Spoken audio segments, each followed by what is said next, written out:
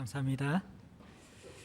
예, 우리 오늘 청소년부들이 2박 3일 수련을 마치고 예배에 함께 참석했습니다. 아마 수련 때 많은 은혜를 받았지만 또 많이 피곤할 텐데 우리 한 80여 명 이상이 간 것 같아요. 우리 청소년부와 또 수강 교사에서 박수 한번 우리 쳐드리고 우리 격려를 하고, 예, 박수 치는 건 여러분들 이렇게 집중해서 깨어 있으라는 것도 있지만 피곤하시면 조금 주무셔도 돼요. 이렇게 계속 조는 것보다 잠시 주무시고 또 메시지를 들어 좋을 것 같아요. 우리가 인생에서 어떤 선택과 결정을 할 때 신중을 기하는 것은 우리가 선택하고 결정하는 것이 그 다음에 많은 영향을 미치기 때문에 그렇죠. 홈쇼핑에서 상품 하나를 살 때에도 우리는 그것을 코스트를 지불하고 사고 나면 그 결과가 만족할 것인지 만족하지 못할 것인지 고민하면서 선택하고요.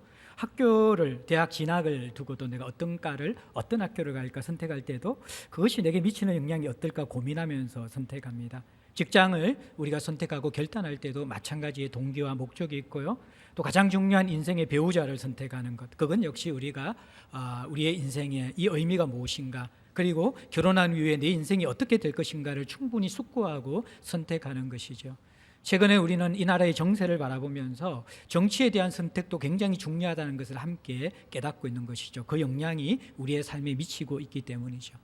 이 땅을 살아가면서 우리는 어떠한 상품을 살 때, 또 학교에 진학할 때, 그리고 또 직장을 구할 때 가장 소중한 배우자를 선택할 때 신중하게 합니다. 그리고 그 결단에 대한 영향이 어떤지를 알고 고민하면서 선택합니다. 그런데 우리가 그 무엇보다도 중요한 결단과 선택이 있는데 그것은 바로 복음을 들을 때입니다. 복음을 듣는다는 것은 단순한 윤리적 가르침을 듣는 것이 아닙니다. 복음은 우리가 살아계신 하나님의 임재 앞에 서는 것이고 그분이 우리를 부르시는 사랑의 초대 앞에 반응하는 것이기 때문에 이것은 우리 인생 그 어떤 선택과 결단보다도 더 소중한 선택과 결단이며 그 미치는 영향은 현세의 삶의 질을 결정할 뿐만 아니라 영원한 생명과도 연결되어진 너무나 중차대한 그러한 이 복음에 대한 반응이라는 것입니다. 근데 오늘날 많은 사람들이 복음에 대해서 반응을 잘 못하는 것 같아요. 그것은 복음을 또 잘 이해하지 못하기 때문이기도 한 것이지요.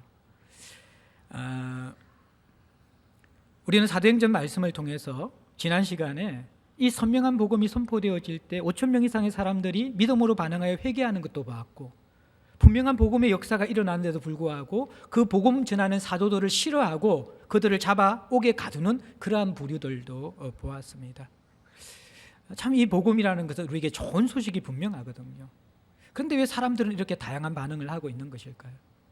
우리가 힘든 시대를 살기 때문에, 또 힘든 시간들을 살기 때문에 잠시 행복한 상상을 한번 해봅시다. 여러분 회사의 CEO가 여러분들이 그동안 너무 수고했고 성실하게 일한 것을 주목하여 보다가 부릅니다. 그리고 나서 여러분들에게 이런 제안을 합니다. 당신이 정말 충성스럽게 신실하게 일하는 것을 제가 지켜보고 있었습니다. 당신에게 어떤 보상을 하고 싶고 선물을 주고 싶은데 제 마음에는 당신에게 6박 7일에 이 몰디브에 항공권을 주겠습니다. 그것도 비즈니스 좌석으로 드리겠습니다.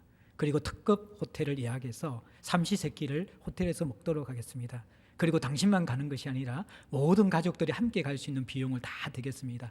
계산해 보니까 대략 3천만 원 정도가 드는데 이 비용을 기꺼이 내가 지불할 의향이 있는데 어떻게 하시겠습니까? 그렇게 물었다 그러면 여러분들 어떻게 반응하겠습니까? 일어날 수 없는 일이죠, 그죠? 별로 이렇게 기대도 안 되지만, 근데 이런 일이 일어난다 그러면 여러분들은 뭐 반응할 수밖에 없죠. 일단은 그 내용에 대한 것 이전에 회사의 CEO가 이야기하기 때문에 그것은 우리가 귀담아 들어야만 합니다.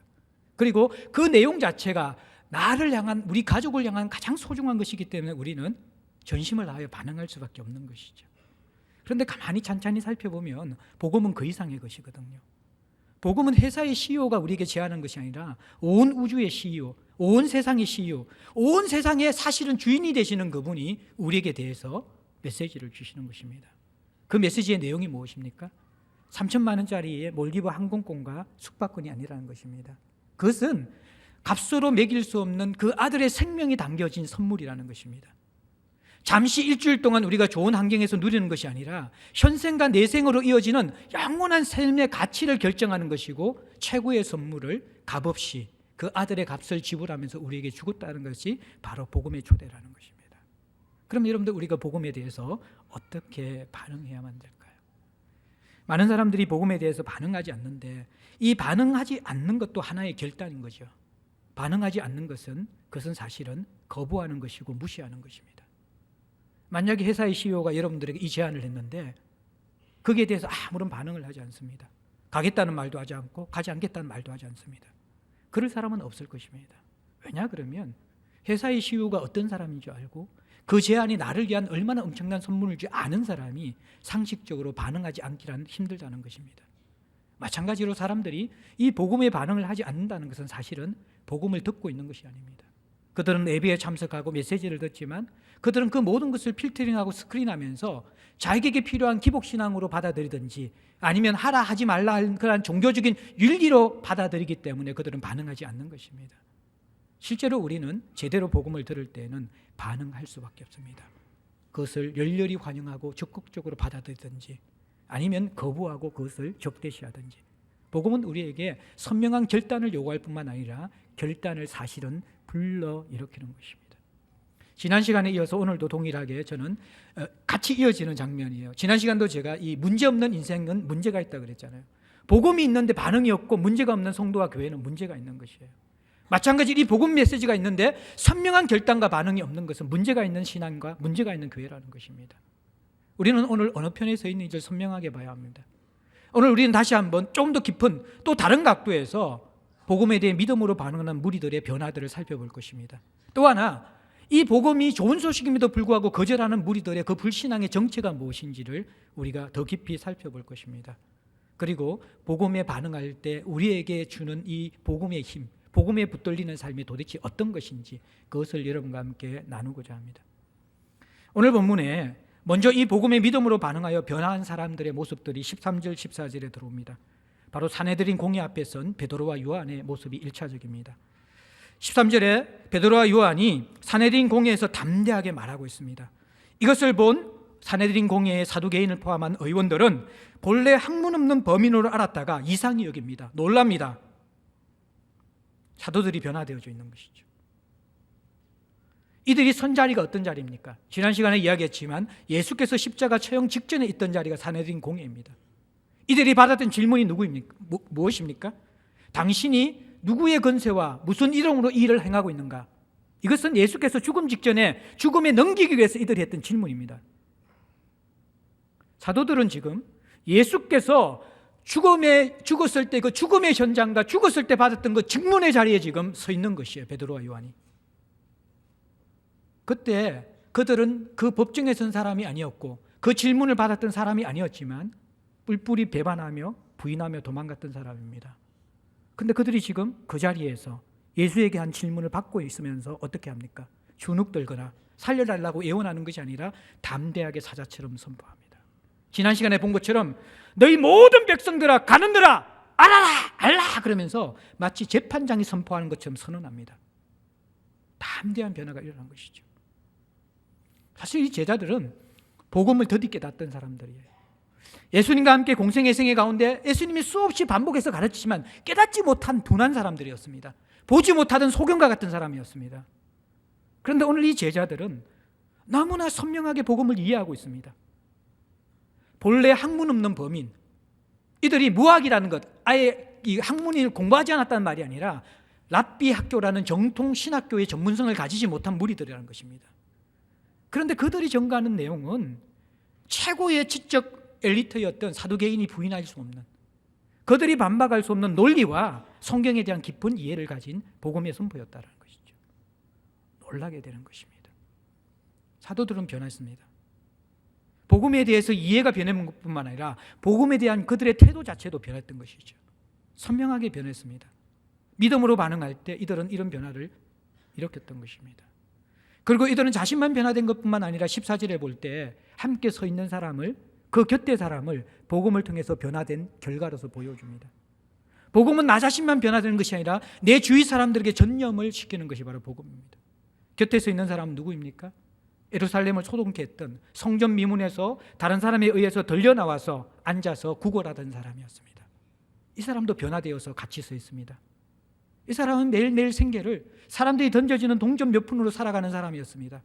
그의 시선은 늘 희미하고 힘이 없었습니다. 살아갈 의욕이 없습니다. 그의 인생의 유일한 기쁨이라는 것은 조금 더 많은 동전이 들어오는 것입니다. 그러나 그에게는 희망이 없고 내일이 없고 소망이 없는 삶을 살고 있는 사람이었습니다. 그에게 예수의 이름으로 일어나 걸으라는 복음이 선포되어졌습니다. 발목에 힘이 들어가자 벌떡 일어서게 됩니다. 40년 동안 한 번도 일어선 적이 없는데 일어서게 됩니다. 걷게 됩니다. 뛰게 됩니다. 온전한 마음을 입고 들어가고 싶었지만 한 번도 들어가지 못했던 그 성전 미문에서 기웃기웃 그 안쪽만 들어가고 있었던 성전 안에 들어가서 그는 이제 정상인이 되어서 나은 사람이 되어서 마음껏 하나님을 찬양합니다. 그리고 그걸로 끝난 게 아니고 사도들을 붙잡습니다. 왜 붙잡습니까? 나에게 준 이 복음이 도대체 어떤 것입니까? 예수의 이름이 무엇입니까? 내 인생을 변화시킨 이 예수가 누구입니까? 나에게 임한 이 선물을 난 더 깊이 붙잡고 누리기를 원합니다. 예수를 따르기를 원합니다. 예수를 가르쳐 주십시오. 내 인생의 이 예수가 더 나를 채우기를 원합니다. 그러면서 이 사람은 사도들을 지금 추종하고 있는 것이죠. 선명한 변화가 일어나죠. 복음은 우리에게 변화를 일으키는 것입니다. 여러분들에게 변화가 있습니까? 이러한 변화가. 그러면 사도와 이 걷지 못하는 사람의 변화가 일어난 근본적인 단 하나의 이유는 무엇입니까? 오늘 13절 후반절에 그것이 나와 있습니다. 이상히 여겼는데 사내린 공회 의원들이 그 이들의 변화에 이상히 여기면서 왜 이럴까 고민하다가 얻은 답은 바로 이것입니다. 전에 예수와 함께 있던 줄로 알고, 전에 예수와 함께 있던 줄도 알고. 이들이 일어난 변화의 유일한 이유는 예수와 함께 있었다라는 것입니다. 많은 사람들은 끊임없이 오랜 동안 신앙생활을 하고 교회 봉사도 하고 성경 공부도 하고 사람과의 교제도 하는데 변화가 없다 그럽니다. 복음의 힘이 없다고 그럽니다. 왜 없는지 아십니까? 단 하나가 없기 때문입니다. 예수와 함께 있는 신앙을 하지 않기 때문입니다. 예배를 드리지만 그 안에 예수가 없습니다. 성경 공부를 하지만 예수와의 인격적인 만남이 없습니다. 교제를 하지만 그냥 인간적인 만남 이상을 넘어가지 않습니다. 봉사를 하지만 그냥 그것은 열심에 불과한 것입니다. 예수와 함께 있는 이것이 바로 변화의 핵심이라는 것입니다. 믿음은 다른 그 무엇이 아닌 예수와 함께 있겠다는 결단입니다. 나는 죄인이고 당신은 구주시기 때문에 내 인생에 들어오시라는 것입니다.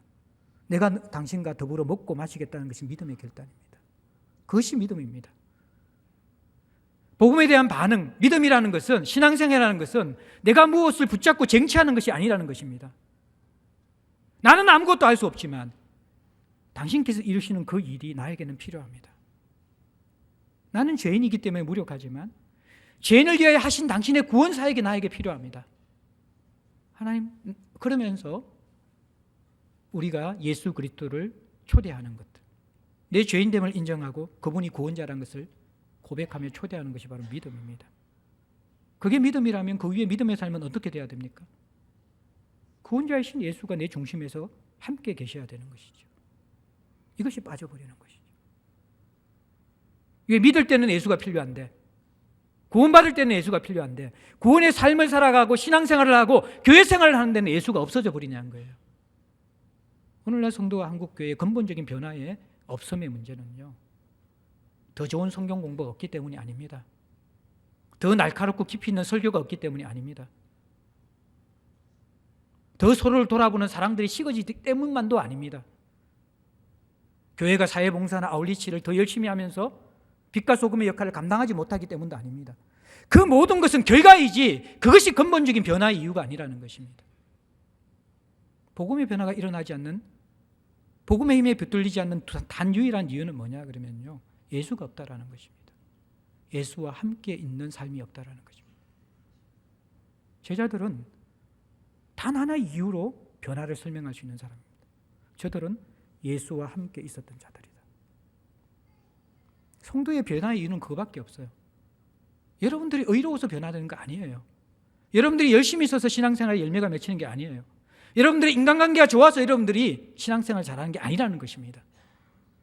단 하나가 없으면 여러분들은 붙들릴 수 없고 열매가 없습니다. 그것은 바로 예수와 함께 있는 것입니다. 예수가 변화를 일으키는 것입니다. 제가 이제 커피를 좋아해가지고 어제도 목양실에서 커피를 3번이나 드립 커피를 내렸어요. 근데 이 드립 커피를 내릴 때마다 참 행복하거든요. 분쇄기에 온도를 쫙 갈면요, 그 커피의 향이 가득 방 안을 채웁니다. 그리고 이제 이 100도씨의 물을 가지고 와가지고 조금 더 끓였다가 그 다음에 이 주전자 이게 커피 드립하는 기구와 또 컵에다가 먼저 이렇게 데웁니다. 그리고 넣으면 한 90도 정도 되거든요. 커피는 90도에서 한 85도가 제일 맛있거든요, 내릴 때. 몰라요. 저도 이렇게 들어서 아는 거예요. 교육받은 적도 없고 그냥 야매로 내려드는 거예요. 제가 야매. 근데 이게 이제 처음에 이제 커피를 3번 내리거든요. 3번 이렇게 드립을 하는데 처음에는 내리는 게 아니라 그 가루가 이게 물에 촉촉이 적도록 예비적으로 한번 이렇게 적셔주는 단계예요. 그래서 이제 테두리를 조금 남겨두고 중간부터 쫙 적셔가지고 조금 기다리고 있으면 참 신비로운 현상이 일어나거든요. 신선한 커피는 뻥긋뻥긋하면서 이렇게 쫙 카스테라가 부풀어 오는 것처럼 부풀어 올라요. 그걸 이제 커피 매니아들은 커피빵이라 그러거든. 커피빵. 그게 쫙 부풀어 올라가요. 그게 얼마나 잘 부풀어 오는가가 커피의 신선도라는 것이에요. 제가 이 설교를 준비하면서 다시 이거 어떻게 설명하지? 이 예화가 참 적당한 것 같아요. 이 커피 가루 자체가 이게 신선해야 되죠. 그게 우리가 믿음이에요. 하나님에 대한 반응들. 그런데 커피 가루 자체가 변화되는 게 그게 물이 성령의 말씀에 예수의 생명이 부어져야 우리가 이렇게 변화가 일어나는 거예요. 하나님 나라의 비유에 보면요, 밀가루에 누룩이 들어가야 변화가 일어나요. 예수가 있어야 변화가 일어나요. 밀가루는 그냥 밀가루예요. 커피 가루 아무리 있어도 그 변화가 안 돼요. 변화의 주체는 우리가 아니라 예수라는 것이죠. 그럼 예수와 함께 있어야죠. 예수와 한 번도 함께 있지 않으면서 왜 내 인생에는, 내 신앙에는 변화가 없는가? 기도 생활도 없고 하나님과 함께 머무는 시간이 있는데 어떻게 변화가 일어나는가? 저는 다시 묻고 싶은 것이죠. 변화의 유일한 이유는 예수와 함께 있는 것입니다. 그 시간이 길어질수록 우리는 변화에 깊이 들어갈 수 있는 것입니다. 여러분들, 제가 이제 아이패드로 설교하고 있거든요. 저는 이제 마인드 매니저라는 독특한 거라는 프로그램을 가지고 설교를 저한테 맡기 때문에 하고 있어요. 이 안에 수많은 설교 자료들과 제 모든 보화가 다 있어요. 근데 문제는 지금 이 아이패드 산 지가 오래돼가지고 이제 비대배 소금에게 설교를 거의 마치면 이게 방전이 되어져요. 조금 더 지나면 이게 제가 두려움이 생길 거예요. 옆에 막 충전기 꽂고 이렇게 지금 설교를 해야 되는데, 무슨 말이냐 그러면요, 얘가 살려면요 밤새도록 충전을 잘 해놔야 돼요. 그래야 얘가 기능을 해요. 마찬가지로 성도들은 예수와 함께 있어야지만이 성도의 삶이 일어난다는 거예요. 아무리 우리가 탁월한 은사가 있고 열심히 있고 인격이 있고 도덕성이 있더라도 예수가 함께 있지 않는 사람은 아무것도 아닙니다. 제자들의 유일한 변화는 예수와 함께 있는 것입니다. 일주일에 상가하는데 우리가 이것이 없다 그러면 변화가 없죠. 여러분들은 이 머문 시간만큼 가지가 원줄기에 붙어 있는 만큼 열매를 맺습니다. 우리가 할 수 있는 것이 아니라 이게 신앙입니다. 이게 복음에 대한 반응이라는 것이죠. 그런데 예수와 함께 있으면서 또 이 치유받은 사람도 어때요? 예수와 함께 있기 위해서 제자를 따라다니는 거잖아요. 공통점이죠. 둘 다 예수와 함께 있고 싶어서. 근데 오늘 이들과 다르게 믿음으로 반응하지 못하는 사람들이 나옵니다. 지난 시간에 살펴보았던 사내들인 공회원들이죠. 자, 이들은 어떻게 반응합니까? 14절에 보면 병나은 사람들이 그들과 함께 서 있는 것을 보고 비난할 말이 없었어요. 뭐 이렇게 변명할 게 복음 사역, 구원의 치유의 사건이 분명히 드러났기 때문에. 그리고 15절에 공회에서 제자들을 쫓아내고 그 다음에 자기들끼리 의논합니다. 이 사람 16절에 보면 이 사람들을 어떻게 할까? 그들로 말미암아 유명한 표적 나타난 것이 예루살렘에 사는 모든 사람에게 알려졌다. 구원 사건, 하나님의 역사가 일어났다는 것은 예루살렘 모든 사람이 지금 알고 있다는 거예요. 그리고 16절 마지막에 보면 우리도 부인할 수 없다. 그렇게 이야기했어요. 자, 이들 분명히 눈으로 봤어요. 하나님 역사가 일어난 것을. 그리고 그 변화를 목격했습니다. 제자들의 변화의 목격과 40년 동안 늘 보았던 거, 성전 미문에 구걸하던 걷지 못하는 사람의 변화를 보았습니다. 단순한 육체적 변화뿐만 아니라 그 존재가 변화된 것을 보았습니다. 흐린 시선이 생기가 돌고 있습니다. 한 번도 본 적이 없는 새로운 사람이 그 앞에 있는 거예요. 분명히 외형은 그때의 그 거린인데 전혀 다른 느낌과 생명력을 가진 한 사람이 자기들 앞에 있는 거예요. 사도들도 마찬가지고 이 사람도 마찬가지고. 그들은 변화를 보고 있습니다. 선명한 변화를 보고 있습니다. 그들도 우리도 부인할 수 없느니라. 우리도 부인할 수 없느니라. 근데 불신앙이 뭔지 아십니까? 자신도 부인할 수 없는데 너무나 비상식적인 행동을 하는 것입니다. 비합리적인 행동을 하는 것입니다. 반정서적인 행동을 하는 것입니다. 그리고 반영적인 행동을 하는 것입니다. 우리는 흔히 세상 사람들이 신앙인들은 뭔가 비이성적인 것 같아. 맹목적으로 막 믿어. 뭐 따지고 좀 믿고 합리적으로 이성 머리를 생각하고 믿어야 되는데 신앙을 가진다는 건 지적 자살을 하는 사람들. 그런 사람들은 믿는 것이지. 이 대명천지의 과학시대에 무슨 신앙을 믿어? 그게 믿겨져? 그리고 신앙은 정서적으로 나약한 사람이 하는 거야. 삶에 고난이 많고 어려움이 많고 자기 혼자 살기 힘들고 찌질이 못난 인간들이 힘드니까 신앙을 가지는 거야, 정서적으로. 그게 기본적인 종교를 가진 사람들에 대한 선입견이라는 것이죠. 근데 과연 그럴까요? 오늘 이 본문은요, 오히려 신앙인보다도 불신앙, 이것이 얼마나 비이성적이고 반지성적인가, 그리고 또 반정서적인가, 그리고 반영적인 것인가를 우리에게 선명하게 보여주거든요. 이들의 모습을 한번 보십시다. 이들은 분명히 일어난 변화를 부인할 수 없다라고 했습니다. 그런데 그들의 행동은 너무나 비이성적입니다. 어떻게 합니까? 17절, 18절에 보면 이것이 민간에 더 퍼지지 못하게 그들을 위협하여 이후에는 이 이름으로 아무에게도 말하지 말게 하지 말고, 18절에 그들을 불러 경고하여 도무지 예수의 이름으로 말하지도 말고 가르치지도 말라 하니. 여러분들 이것이 논리적으로 옳다라고 생각합니까? 변화를 봤잖아요. 사도들이 변화되어졌고 옆에 거린이 변화되었습니다. 그리고 그것이 뭐 때문에 변화된지 이들이 알고 있었어요. 예수와 함께 있다라는 그 원인은 사도들이 이야기한 것이 아니라 사내들인 공회원들이 깨달은 원인이에요. 이들의 변화의 원인이 뭡니까 그러면? 예수 때문에 일어난 것이잖아요. 예수의 이름으로 일어나 있을 때 이 사람이 일어난 것이잖아요. 근데 이들이 거절하고 이들이 막는 것이 무엇입니까? 예수의 이름으로는 아무에게도 말하지 말게 하라. 가르치지도 말라.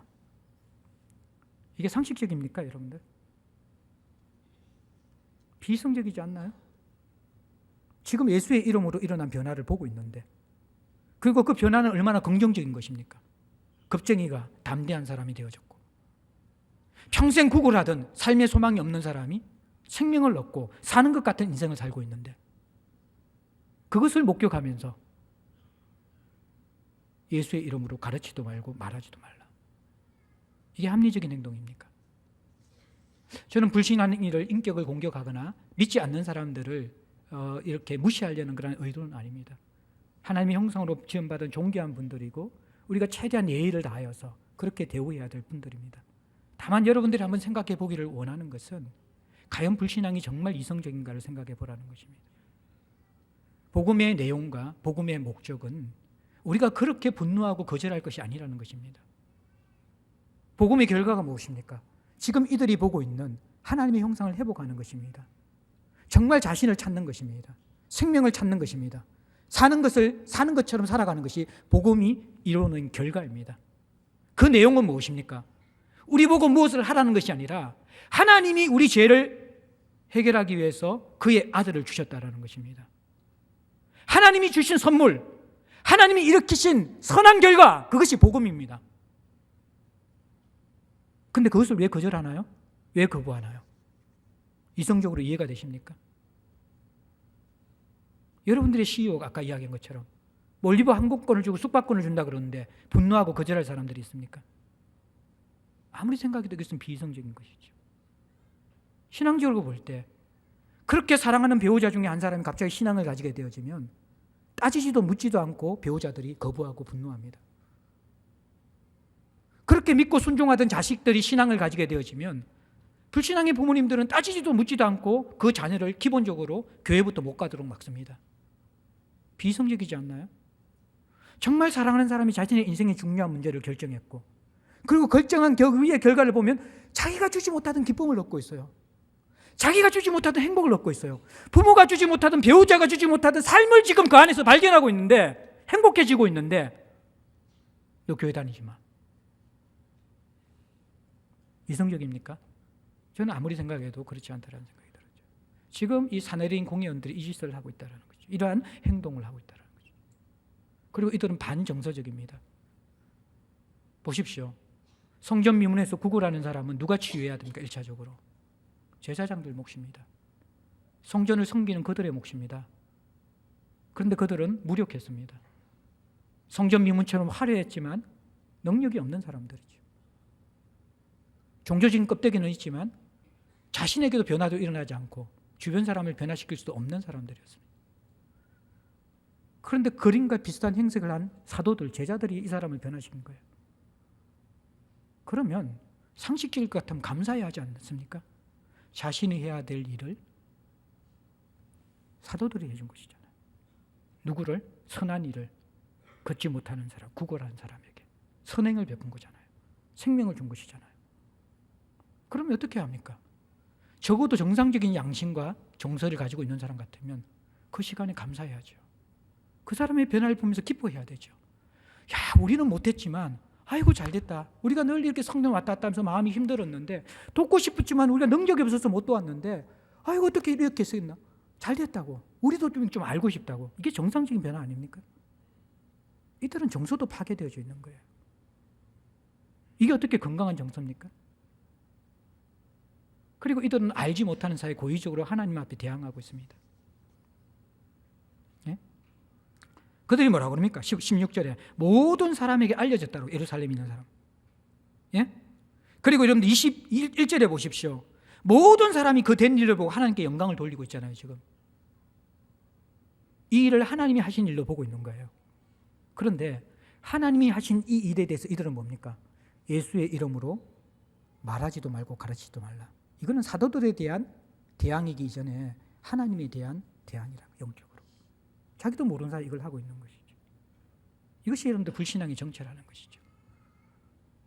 불신앙은 정말 합리적이고 건강한 정서를 가지고 있는 것이고 우리가 납득할 수 있는 것입니까? 적어도 오늘 본문에 나오는 이들의 불신앙을 보면요, 그것은 이해할 수가 없는 것입니다.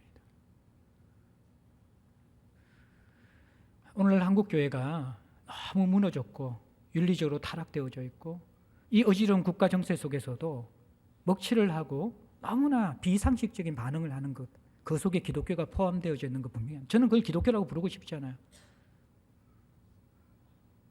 복음은 그런 것이 아니기 때문에. 어쨌든 기독교라는 이름을 가지고 복음을 같이 믿는다는 그 사람들이 하는 행동 자체가 세상 사람들이 볼 때는 혀를 내두를, 오히려 교회를 걱정해야 될 행동을 분명히 오늘날 하고 있다고 생각합니다. 그 부분에 대해서는 우리가 회개하고 겸손하게 우리의 치부와 잘못으로 받아들여야만 합니다. 그러나 또 역으로 상식적으로 생각하면 인류의 역사 속에서 복음이 일으킨 변화와 교회가 일으킨 변화만큼 선한 영향력은 없었다라는 것입니다. 그렇다 그러면 예수가 일으킨 변화, 어떻게 보면 예수를 알지 못하는 종교인들이 일으킨 악행들과 그 오염된 결과들에 대해서 우리가 할 말이 없지만, 그러나 예수가 우리에게 주시는 이 복음에 대해서는 정말 우리가 합리적이라 그러면 우리는 제대로 귀를 기울이고 건강한 반응을 하는 것이 저는 더 믿고 안 믿고의 문제는 두 번째 문제. 그렇지 않는가 저는 생각이 드는 것이죠. 왜 이들은 이렇게 불신앙을 가지고 있는가? 하나의 이유밖에 없습니다. 하나님과 원수되었기 때문에. 죄는 우리를 하나님과 원수되게 하기 때문에 하나님이 하시는 일은 따지기도 묻지도 말고 반감이 생기기 마련입니다. 원수된 사람이 다른 사람에게 칭찬을 받으면 이런 기분이 좋습니까? 그 사람이 하는 행동을 객관적으로 볼 수 있습니까? 인간은 하나님과의 관계에서 바이어스 되어 있습니다. 건강하게 반응할 수 있는 게 아니라 우리는 하나님을 기본적으로 불편하게 생각하는 존재들입니다. 그래서 사실 믿음이라는 것은 은혜라는 것이죠. 하나님이 붙들기 때문에 들어갈 수 있는 것입니다. 하나님을 저항하고 반항하는 우리 인간들이 어느 순간 하나님을 아버지라고 부를 수 있는 자체는 그건 기적인 것이죠. 원수인데 우리가. 원수를 사랑한 하나님의 사랑을 모르는 사람들은 결코 그렇게 믿음 안으로 들어올 수 없는 것이죠. 그래서 우리는 불신앙인들이 비정상이 아니라 우리가 비정상이에요. 왜냐 그러면 죄지은 모든 인간은 우리의 힘으로 하나님 앞에 설 수 없는 사람들입니다. 회개와 믿음의 요청에 반응한 것은 성령의 역사이며 죄인된 우리를 깨뜨리시는 하나님의 사랑이 아니고는 설명할 수 없는 우리의 변화라는 거예요. 오히려 죄지은 인간의 정상적이고 상식적인 변화는 원수관계에 있는 하나님에 대한 불편함이고 편견이고 선입견입니다. 이것을 오늘 누가 보이고 있습니까? 사내린 공의 의원들. 참 이것이 어떤 우리에게 메시지를 줍니까? 불신앙은 교회 밖에만 있는 것이 아니라 교회 안에 더 많을 수 있다는 것입니다. 오랜 신앙생활을 한 지도자들에게 더 많을 수 있다는 것입니다. 무서운 메시지죠. 그들이 하나님과 원수된 관계로 살아가고 있다는 것입니다. 마지막으로 오늘 저는 이 말씀을 통하여서 믿음으로 반응한 변화된 사람, 불신앙으로 반응하는 이해되지 않는, 그러나 인간적으로는 하나님과 원수되었기 때문에 이해되는 사람들의 정체를 살펴보았습니다. 자, 그러면 믿음으로 변화되었다는 그 모습은 도대체 무엇인가? 복음이 우리를 사로잡는다는 게 도대체 어떤 모습인가? 이것을 우리가 좀 선명하게 알아야만 합니다. 사람들은 신앙생활을 내가 뭔가 힘을 다해 붙잡고 꾸역꾸역 살아가는 것이라고 생각합니다. 하라 하지 말라. 도덕적 윤리적인 그 기준을 가지고 살아가고, 이 정도 되었으면 봉사도 하고 행동도 해야 되지, 자신의 의지를 들여서 꾸역꾸역 살아가는 것을 뭔가, 그것을 신앙생활이라고 합니다. 그거는 복음에 반응된 신앙생활, 종교생활을 하는 것입니다. 복음은 내가 붙잡는 것이 아니라 하나님이 나를 붙드는 것입니다. 그게 일어나야 복음인 거예요. 복음은 우리의 본성을 깨뜨리고 이끄는 것이기 때문에 내 안에 있는 죄성을 이기는 강력한 힘이 나를 사로잡기 전에는 복음의 역사가 일어나지 않습니다. 여러분을 붙잡는 그 무엇인가 있는 것, 바울이 이야기하거든요. 나는 내가 붙잡힌 것이 아니라 내가 예수께 붙잡힌 바 된 그것을 향하여 달려간다고 이야기해요. 붙잡힌 바 된 것. 그게 복음이에요. 여러분들 신앙생활이 붙잡혀 있습니까? 여러분 붙잡고 있습니까? 그것이 여러분들이 종교인인가? 신앙, 복음 안에 있는 하나님의 사람인가를 결정하는 그런 시금석인 것입니다. 오늘 이 본문의 사도들은요, 붙잡은 사람들이 아니라 붙잡혀 있는 사람들이에요. 어디에 붙잡혀 있어요? 자, 보세요. 19절 보시면 이제 이들이 사내린 공회가 경고하여 예수의 이름으로 말하지도 말고 가르치지도 말라 이렇게 말했잖아요. 이 19절에 보면 베드로와 요한이 여기에 어떻게 반응합니까? 하나님 앞에서 너의 말을 듣는 것이 하나님의 말씀을 듣는 것보다 옳은가 판단해라. 무슨 말입니까? 이들은 더 이상 사람의 충고나 사람의 위협이나 사람들의 말에 휘둘리는 사람이 아니라 거기에 붙잡히지 않는다는 거예요. 이들은 어디에 붙잡혀 있어요? 하나님께 붙잡혀 있어요. 자, 종교인인가 참된 신앙인인가 차이는 뭐냐 그러면 내가 사람에 붙잡혀 있는가 하나님께 붙잡혀 있는가 그거 보면 알아요. 내 행동의 결정과 내 마음의 에너지가 어디로 향하는가 그거 보면 알아요. 종교인들은요 사람에 늘 의식합니다. 저 사람 나 어떻게 보지? 내가 이렇게 행동하면 나는 어느 정도의 인정을 받을까? 이거예요 다 전부 다가. 종교인들이에요 그거는. 예수께 붙잡히기 전에의 사도들은 그런 사람들이었어요. 누가 높으냐? 누가 높으냐의 이유는 뭡니까? 사람들이 누구를 가장 대빵으로 볼까? 사람들의 시선이거든요. 사람들에게 집중하는 것은 역으로 자기 중심, 자기 사랑이에요. 그거는. 예?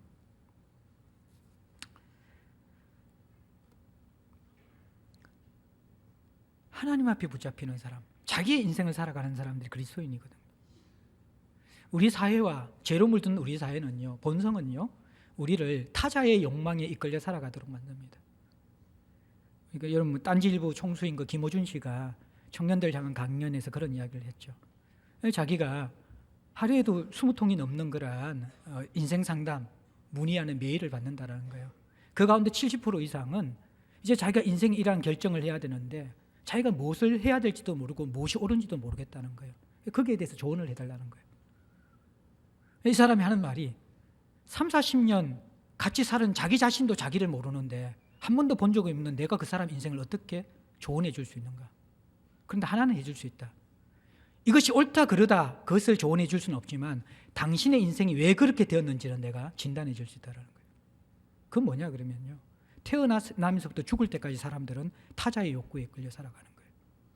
태어나자마자 우리는 엄마와의 관계를 가지잖아요. 엄마가 보고 우리가 빵 걷었으면 야 웃는다 그러면 그게 주입되는 거예요. 내가 웃으면 엄마가 행복해하구나. 웃어야죠 그때부터. 네? 그러면 엄마가 행복해. 그래야죠. 공부 잘하면 선생님과 엄마가 좋아하잖아요. 부모님이 좋아하잖아요. 공부 잘해야죠. 안 돼서 문제지만.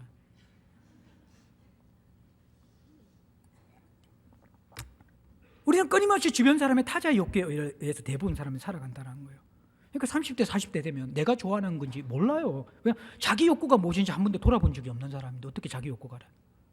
그러니까 사람들이 뭐냐면 불쌍한 게 40대 되면 이게 합타임이 되어지면 내가 병신처럼 살은 것 같아요. 바보처럼 살은 것 같아요. 왜 그래? 40이 됐는데 나는 뭘 좋아하는지 뭘 좋아하는지 내가 모르겠다. 그걸 여러분들 대학교 지나가는 애들이 고민할 문제인데 40 넘은 사람들이 그 고민을 하고 있어요.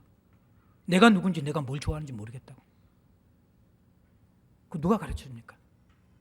한평생 그냥 타자의 욕구대로 살아온 거예요. 복음은 이것을 끊어내는 거예요. 복음은 하나님 위에 그 어떤 것도 구속되지 않는 자유함을 줍니다. 다른 사람이 아닌 나의 삶을 살도록 하는 것이 복음이 주는 것입니다. 이게 일어나야지 여러분들 신앙인이에요. 하나님 앞에서. 변화가 있어야죠. 타자의 욕망에 이끌려 살아가는 삶이 아니에요. 우리가 다른 사람을 섬기는가 이건 다른 문제죠. 기억하셔야 되죠. 우리가 붙들릴 거는 하나님이에요. 하나님께 붙들리면 나를 찾아요. 그 다음에 이 제자들의 변화가 또 무엇입니까? 어디에 붙들려 있습니까? 20절에 보고 들은 것을 말하지 아니할 수 없다. 붙들린 사람의 특징은 보고 듣고 있다라는 거예요. 오감으로 체험하는 것이 신앙이라는 거예요. 보고 듣는 사람. 복음은 추상적인 게 아니라는 거예요. 종교놀이가 아니라는 거예요. 하라 하지 말라는 윤리적 가르침 가지고 억지로 살아가는 게 아니라는 거예요. 선명하게 보고 듣고 있는 것이 복음이라는 거예요. 누구를? 예수와 함께 있기 때문에 그 안에서 예수 그리스도를. 살아계신 예수 그리스도를 보고 듣고 있는 것이 복음이에요. 그게 붙잡힌 사람의 특징이에요. 그러니까 날마다 예수 그리스도를 보고 들으니까 이 사람은 어떻게 됩니까? 말하지 않을 수가 없어. 자기가 보고 들은 사람을 말하지 않을 사람이 있어요, 여러분들. 그 사람이 누군가 알게 되어질 때. 여러분 인생에 굉장히 위대한 사람, 다른 사람도 알만한 위대한 사람, 그 사람과 연관되어진 관계에 대한 스토리를 여러분들 전하지 않고 배기겠어요? 막 이야기하고 싶을 거예요. 제가 1999년도에 존 스토트 목사님이 이제 제가 섬기는 선교단체 월드 어셈블리라고 한 160개국 모든 이 리더십과 학생들이 모여가지고 수련회도 하고 그 다음에 방향도 결정하는 그런 회의가 있어요. 그때 오셨어요, 강사로. 그런데 한국의 이제 청년들을 위해 가지고 대전 충무체육관에서 1일 집회를 하셨어요. 이분이 이제 메신저였어요. 그런데 그때 제가 어떤 역할을 한 줄 알아요? 스토트 목사님을, 이분이 그때 이제 80 가까이 되어진 굉장히 이렇게 노쇠한 분이시기 때문에 걷는 게 좀 불편하셨는데 이게 그 체육관, 실내 체육관에 이게 단을 올라가는 계단이 굉장히 이렇게 가잖아요, 그죠? 그 위 올라가서 메시지를 전해야 되잖아요. 근데 제가 한 10m, 15m 되는 그 위치에 저보고 에스코타라는 거예요. 그래서 그분의 손을 딱 붙잡고 팔짱을 끼고 10m, 15m를 그분과 함께 걸어서 강대상에 올려드리고 내려왔어요. 대단한 사람이에요, 제가. 그날 제가 손을 안 씻었어요. 스토트와 악수한 손이라고. 악수가 아니죠. 붙잡고 오랫동안. 악수도 1, 2초면 끝나잖아요. 저보다 스토트의 손을 오래 잡고 있던 사람이 몇 명 없을 거예요. 저는 그런 사람입니다. 무슨 말입니까? 존 스토트가 뭔지 모르는 사람은 저 사람이 뭔가 아는데 책 좀 읽으시고요. 복음주의 거장이세요. 최고의 영적 리더죠. 저는 그분의 손을 잡았어요. 15초 동안, 10분 동안, 15걸음 정도 이렇게. 굉장히 긴 거리. 하물며 내가 스토트와의 관계도 이렇게 자랑하고 싶은데 하나님에 대한 것, 하나님에 대한 만남, 하나님이 내게 이루어지신 일이 있는데 그것을 말하지 않는 것은 그건 미칠 것 같죠. 이게 여러분들 복음의 메시지에 붙들려 있다라는 거예요. 이게 붙들린 사람이에요. 보고 듣는 사람, 말하지 않을 수 없는 사람. 그리고 또 하나는 뭡니까? 21절에 보면요, 붙들린 사람은요, 예수께 붙들린 사람은, 복음에 붙들린 사람은 그 누구도 이 붙들림을 끊을 수 없다는 거예요. 21절에 봐요. 관리들이 백성들 때문에 그들을 어떻게 처벌할지 방법을 찾지 못하고 다시 위협하여 놓아주었다 이야기해요. 이들이 할 수 있는 것도 위협밖에 없어요. 놓아주었다라는 거예요. 예수께 붙들려 있으니까 다른 권세가 죽일 수는 있지만 그 붙들림을 끊을 수는 없어요. 그게 순교자들이에요. 왜냐 그러면요, 이 땅 최고의 권세자가 누구예요? 하나님이시잖아요. 최고의 권세자이신 하나님의 권세에 붙들려 있는데 그 어떤 권세가 그 붙들림을 깨뜨릴 수 있나요? 우리 로마서 8장에 보면요, 칼이냐 기근이냐 지진이냐 핍박이냐 생명이냐 사망이냐 그 어떤 세상의 피조물이라도 우리를 우리 주 예수 그리스도 안에 있는 하나님의 사랑에서 끊을 수 없느니라. 이게 여러분들 복음이에요. 하나님의 사랑에 붙들린 사람은 그 어떤 것도 끊을 수 없어요. 막을 수 없어요. 이게 복음이 말하는 붙들림이에요. 내가 우격우격에 붙들고 있는 게 아니라는 거예요. 꾸역꾸역 신앙생활하는 게 아니라는 거예요. 윤리생활하는 게 아니라는 거예요. 다른 사람 의식하면서 뭔가 요 정도 해야 되지 않은 게 그게 종교생활이 아니라는 거예요.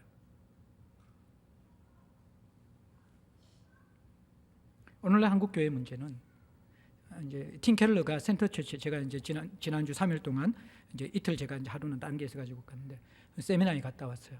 우리 그 동력자들, 이렇게 사역자들 한 5명 같이 가서 같이 교제하면서 들었는데 거기에서 오늘날 성도와 교회의 문제를 3가지로 이야기해요. 하나는 종교화, 또 하나는 계토화, 또 하나는 제도화입니다. 이게 다가 하나님 나라 복음이 뭔지 모르기 때문에 일어나는 현상들이거든요. 종교화는 뭡니까? 도덕적으로 살려는 거예요. 하라 하지 말라 그것만 생각합니다. 종교인이 되는 거예요. 그냥 율법에 사로잡힌 종교인이 되는 거예요. 이건 복음이 아니라 그랬잖아요, 제가. 하지 말라. 누가 제일 잘 알아요? 바리새인 제일 잘 알아요. 그 사람 보고 하나님의 자녀라고 이야기할 수 없어요, 우리. 복음을 모르는 사람들은 종교인이 되어져요. 자꾸 하라 하지 말라. 거기에 교회도 모든 것도 그냥 이렇게 하나님의 마음을 가지고 결정해야 될 것들을 하라 하지 말라. 그것 가지고 계속 이렇게 파고드는 거예요. 다른 사람 행동도 하다 하지 말라. 자기의 행동도 하라 하지 말라. 신앙생활이 피곤하죠. 회의가 피곤하죠. 같이 있으면 피곤하죠. 늘 판단받으니까. 저 사람 했나 하지 않았나. 복음은 우리를 가볍게 하는데 왜 우리가 서로에게 짐을 지우냐는 거예요.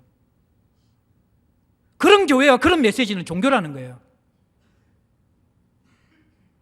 그런 신앙생활은 종교인이라는 거예요. 또 하나의 문제는 계토화입니다. 계토화는 뭐예요? 자기들끼리 모여 있는 거예요. 점점 세상과 멀어져요. 관심도 없어요, 거기에. 자기들끼리 모여서 계토화. 하나님이 우리 보고 세상의 빛과 소금이 되라 그랬지 언제 우리끼리 모여있으라 그랬습니까? 아니라는 거죠, 그게. 제가 우스갯소리로 이야기하지만 빛과 소금이 돼야 되는데 자꾸 서로만 쳐다보고 있으니까 뺀질이가 되잖아요. 빛이 서로만 반사하니까. 세상에 소금이 되라 그랬는데 자꾸 서로 자기들 막 머리에 막 소금 치니까 서로 짠돌이 짠순이 돼가지고 교회 다니는 사람이 얼마나 야박한지 몰라요, 세상 사람보다. 밖으로 향해야 될 빛과 소금이 계토화되니까 이런 현상이 일어나는 거예요. 복음을 모르는 거예요, 이거는. 예수를 보고 들은 사람은 어떻게 된다는 거예요? 전하지 않을 수 없다 그랬잖아요. 또 하나는 제도가 되어져요. 자꾸 끌어모으고 문화사역하고 교회 크게 짓고 뭐 전도하면 막 자동차 주고 시상하고 그러니까 커지는 거예요. 커지면 운영하고 돌려야 되죠. 헌금 강요해야 되죠. 교회 봉사 시켜야 되죠. 제도가 되는 거예요. 모든 교회 에너지가 교회에 돌리는 데 다 사용되는 거예요. 그게 교회입니까? 기업하지 왜 교회 합니까, 그러면? 복음은 뭡니까? 나가라는 거예요, 나가라는 거예요. 교회는 이게 아니라, 건물이 아니라, 한 사람 한 사람이 교회가 돼서 세상에 들어가라는 거예요. 거기서 하나님 나라를 보여주라는 거예요. 직장에서, 가정에서, 일터에서. 일상생활은 하나도 없고, 일상신학은 없고, 세상에 임하는 하나님 나라는 없고, 우리끼리 안에 있는 하나님 나라가 정상적인 하나님 나라일까요? 제도화되어진 교회라는 거예요. 이 종교화와 계토화와 제도화는요, 복음이 없는 성도와 교회가 결국 그럴 수밖에 없는 종착역입니다. 복음으로 돌아와야 합니다. 그리고 복음의 힘에 붙들려야 돼요. 마지막으로 22절만 한번 같이 읽읍시다. 시작.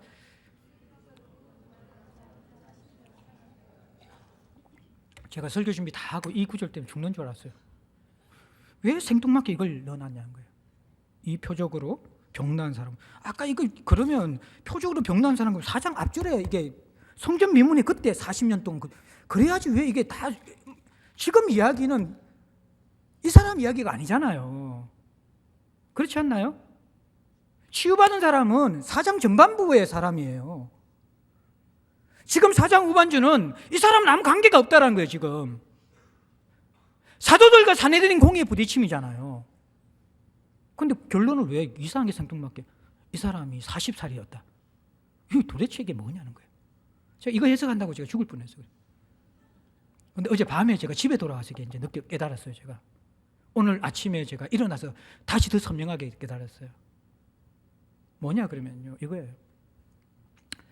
사람이 40년 동안 마비되었다는 것은 회복될 가능성이 없다는 거예요. 제가 지난 시간에 이야기했죠. 축구하다가 인대수술 한 번 했는데 1년이 가요. 이게 회복되는데. 다리를 제대로 펴는데 1년이 가요. 1년이. 40년 동안 마비되었다는 것은 이것은 안 된다는 거예요. 이거는. 그건 뭐냐 그러면요, 이것은 제가 지난 시간에 얘기했죠. 이 사람은 죄인의 표상이다. 이 사람 자체가 죄인이라는 게 아니라 죄에 대한 예표라는 거예요. 죄인의 어떠한 모습을 메타포, 그림으로 설명한 거예요. 죄는 마비라 그랬잖아요. 제가 선한 것에 대한 할 수 없는 무력함, 이게 마비거든요. 그리고 늘 구걸하듯이 뭔가 이렇게 쟁취하지만 늘 허기짐이 있는 것, 그게 죄인이에요. 죄인, 허무함들. 그게 이 사람의 특징이거든. 죄인이라는 거예요. 근데 40년 동안 마비됐다는 것은 이것은 중한 죄인이라는 것이죠. 정말 가망이 없는, 도저히 이 세상 가운데서 회복이나 새로운 삶을 꿈꿀 수 없는 파산된 사람들, 인간 말종과 같은 사람들, 이런 사람도 어떻게 된다는 거예요? 복음은 변화시켜서 이렇게 생명으로 사람을 회복시킬 수 있다는 거예요. 그래서 또 하나의 메시지는 뭐냐 그러면요, 이 40이라는 것을 약간 저는 여기에 충분히 동의하지는 않는데, 성경학자들이 이 40은 이스라엘 백성들이 40년 유대 광야, 이 광야를 헤맸던 광야 생활을 의미하는 것이거든요. 결국에는 40년 동안 이 광야 생활과 불순종하던 이 이스라엘 백성들 훈련해서 구원하신 하나님처럼 지금 하나님이 이 하나님 나라의 복음 메시지를 가지고 와서 유대인들에게 이 메시지를 주는 거예요. 너희들이 이런 40년 동안, 너희 조상들이 40년 동안 나를 불순종했던 사람들이다. 그들을 구원하기 위해서 내가 지금 구원 사역을 하고 있는데, 불순종하고 있는 너희들도 이제 복음으로 나오라는 초대와 같다라는 거예요. 그리고 또 하나, 이것은 더 선명한 것은 뭐냐 그러면, 그러한 유대 조상과 유대인들에 대한 비유보다 이 오늘 포커스는 사내들인 공의 의원들이거든요. 저는 이걸 보면서 두려움이 느껴지는 거예요. 복음의 힘은 할 수 없는 것이 없죠. 40년 된 마비된 사람을 치유하는데. 그런데 할 수 없는 것이 있습니다. 어떨 때 할 수 없는지 아십니까? 40년 된 마비된 사람도 치유할 수 있는데, 평생 성전 안에서 종교생활을 한 사람도, 믿음으로 반응하지 않는 사람은, 불순종하는 사람은, 불신앙의 사람은 절대로 회복시킬 수 없다는 것입니다. 굉장히 무서운 메시지죠, 이게. 사내들인 공의에 주는 메시지라는 거예요, 이게.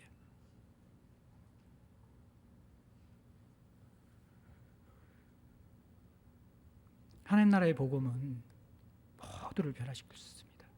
원하는 사람, 내가 죄인임을 인정하는 사람, 예수의 이름이 선포될 때 그것을 붙드는 사람. 근데 이 불신앙은 죄가 붙잡고 있는 것이잖아요. 보면서도 그 이름으로 말하지 말고 가르치지 말라. 생명이 살아나는 것 보면서도 감사할 수 없는, 자기의 기득권에 침해에 들어온 이 사도에 대한 분노에 사로잡힌 인간들, 지금 자기가 무엇을 하지 모르는 사람들. 놀란 것은 이런 사내들인 공의 의용과 같은 사람들이 교회의 리더십에 있다는 것이죠. 있을 수 있다는 것이죠. 그것이 복음을 깨트리고 자신을 멸망시킬 수 있는 무서운 경고가 될 수 있다는 것입니다. 누구를 위한 것이 아니라 바로 저를 향한 메시지예요. 우리를 향한 메시지란 거예요, 이게. 복음은 날카로운 양날의 검이 있습니다. 제가 말씀드렸죠. 처음에 제가 이 복음 설교하면서 사도행전을 이야기했죠. 좋은 소식인데 양날의 검이 있다는 거죠. 하나님 나라는 구원의 초대인과 동시에 심판의 초대라는 거예요. 동시에 주의 날이라는 개념은. 이 두려움 속에서 우리는 복음을 제대로 반응해야 되는 거예요. 이제라도 우리는 하나님 나라의 복음을 제대로 알고 믿음으로 반응하고 예수와 함께 좀 있으십시오. 종교생활 하지 말고 예수와 함께 있으라는 거예요. 그리고 내가 정말 건강한가는 내가 붙잡고 있는가, 붙들려 있는가 잘 살펴보라는 거예요. 사람에게 붙잡혀 있는지, 하나님께 붙잡혀 있는지, 예? 내가 인생의 욕망에 붙잡혀 있는지, 하나님 나라의 메시지에 붙잡혀 있는지 보라는 거예요. 예? 끊을 수 없는 하나님의 사랑에 붙잡혀 있는지, 언제든지 뚝뚝뚝뚝 끊어지는 세상에 좋은 것만 보면 언제든지 팽개치는 그러한 복음에 붙잡혀 있는지 보라는 거예요. 우리가 우리의 실체를 보라는 거예요. 30년 동안 마비되어도 믿음으로 회개하면 새 사람이 될 수 있고, 수십 년 종교생활하고 섬겨도 끝없이 불신앙 속에 갇혀져 있으면 아무런 영향력을 볼 수 없는 것이 바로 복음입니다. 이것이 복음의 역설입니다. 함부로 대할 수 있는 것이 아니라는 것입니다. 전 존재를 다해, 생명을 다해, 나를 던져서 내가 할 수 있는 것이 아무것도 없지만 하나님이 하신 것을 우리가 받아들인 것이 복음이지만, 그것이 하나님이 내게 주시는 메시지이기 때문에, 그것이 하나님이 내게 주시는 사랑의 초대이기 때문에 내 전 존재를 들여서 반응하는 것, 그 유일한 것이 복음에 대한 유일한 반응이라는 거예요. 그러면 붙들리게 되어져요. 예수와 함께 있게 되어지면 새로운 생명의 역사가 시작되는 것입니다. 한국교회가 종교화되고 개토화되고 제도화되는 단 하나의 이유는 복음이 없고 복음에 반응하지 않기 때문입니다. 예수와 함께 있는 것, 이것만이 유일한 살 길입니다. 함께 찬송하겠습니다. 309장 찬송하겠습니다.